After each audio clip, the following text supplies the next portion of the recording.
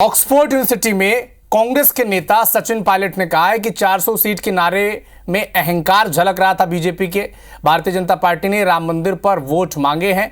अयोध्या में ही भारतीय जनता पार्टी हार गई। ऑक्सफोर्ड यूनिवर्सिटी से सचिन पायलट का मोदी सरकार पर उन्होंने निशाना साधा है। एक संबोधन था वहां पर सचिन पायलट का और वहां पर मोदी सरकार की आलोचना की है। कहा है कि बीजेपी ने 10 साल पहले ही एक तरफा पहले करने की कोशिश की थी, बिना किसी तैयारी के देश में नोटबंदी की गई थी, इसकी वजह से खराब नतीजे आए और राहुल गांधी की छवि को धूमिल करने के लिए खराब करने की बीजेपी ने कोशिश की है। कांग्रेस में सभी को अपनी बात रखने का पूरा मौका दिया जाता है। कांग्रेस पार्टी में खुलापन है, बीजेपी जैसी नहीं है। क्या कहा है सचिन पायलट ने, एक बार सुनाते हैं आपको।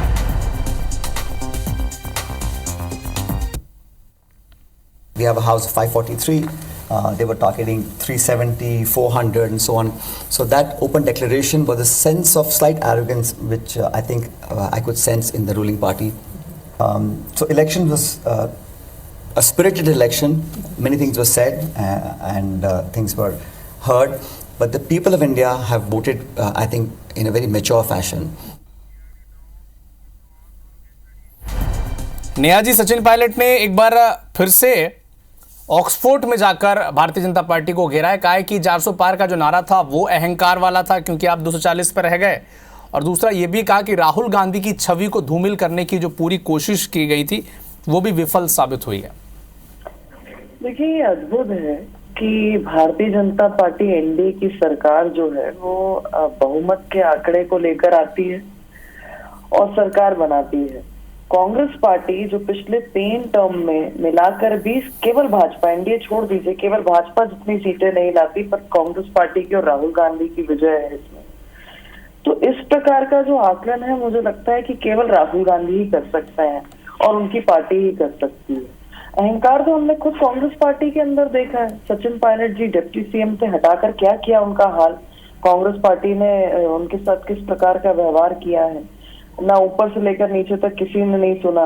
कहीं पर इंग्लिश स्पीकिंग मैन बोलकर और कहीं पर कुछ और बोलकर जो गहलोत जी ने उनका अपमान करने का काम किया। तो डेमोक्रेसी और डेमोक्रेटिक प्रणाली अगर अपमान करने में है, बदतमीजी करने में है, अब शब्द बोलने में है, तो मुझे लगता है कि ऐसी डेमोक्रेसी कांग्रेस को ही मुबारक।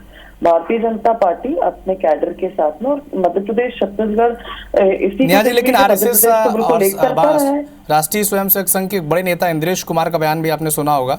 कहा कि राम का जो जिनको अहंकार था वो 240 242 में सिमट गए हैं।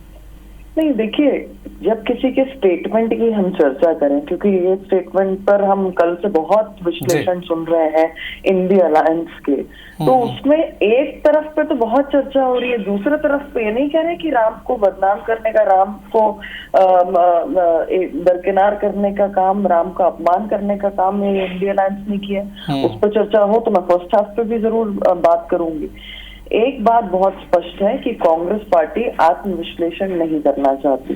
कांग्रेस पार्टी इस हार में भी अगर अपनी जीत देख रही है और इस प्रकार की जीत होती है तो मुझे लगता नहीं कि ऐसा विश्व में कोई पॉलिटिकल संगठन होगा जो। नेहा जी, मैं आपसे ये भी समझना चाहूंगा संक्षेप में कि क्या आरएसएस के इस बयान पर क्या भारतीय जनता पार्टी आत्ममंथन कर रही है?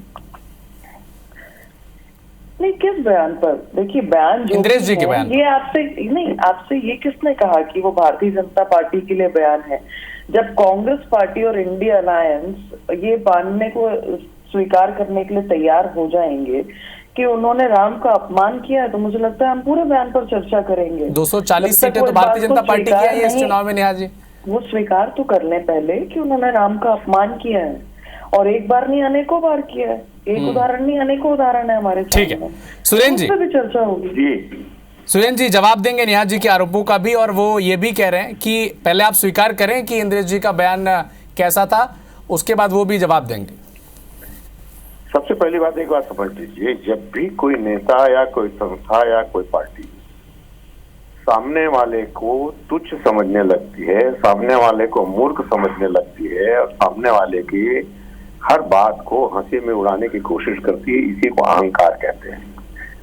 और इस अहंकार के परिणाम स्वरूप ही देखिए लोकतंत्र में निर्णायक क्या होता है, आपने कैसे पढ़ाई की पूरे साल भर, आपके परीक्षा परिणाम ही तो बताते हैं ना। तो भाई देश के सामने आपने 400 के नारे दिए। आपके उत्तर प्रदेश में जहां राम मंदिर का आप बोलते हैं हम राम को लाए हैं, तो आपको राम को लाने का घमंड है। राम को आप लाए हैं, राम की रक्षा आप करेंगे, राम के मान सम्मान की जिम्मेदारी आपके ऊपर है। इतने बड़े लोग हो गए आप लोग। तो ये जो अहंकार है ना, ये जो घमंड है, ये परिणाम को बता रहा है। ये जो रिजल्ट निकला है, निश्चित रूप से हमारी सरकार नहीं बनी, इसका क्या मतलब है, मगर परिणाम तो आप उत्तर प्रदेश में कहां से 64-65 सीट से घट के कहां 36-37 सीट में आ गए। जिस अयोध्या की बात आप करते थे वहां आप चुनाव हार गए। देश में आपकी जितनी भी योजनाएं लागू की, उन योजनाओं के परिणाम स्वरूप आपको वोट नहीं मिले। निश्चित रूप से भारतीय जनता पार्टी की सीटें हमसे ज्यादा है, मगर हमने 400 वोट का नारा नहीं, 400 सीट का नारा नहीं दिया था। 400 सीट का नारा ठीक है, तो ये सियासत है। सचिन पायलट ऑक्सफोर्ड गए, वहां पर भी इसका जिक्र किया, और इधर मल्लिकार्जुन खड़गे हैं, वो कह रहे हैं कि कभी भी ये एनडीए की जो सरकार है वो गिर सकती है। कितना दम है इन दावों में कांग्रेस के, ये तो भविष्य में पता चल ही जाएगा। नेहा बग्गा जी, सुरेंद्र शर्मा जी, बहुत बहुत शुक्रिया हमारे साथ जुड़ने के लिए।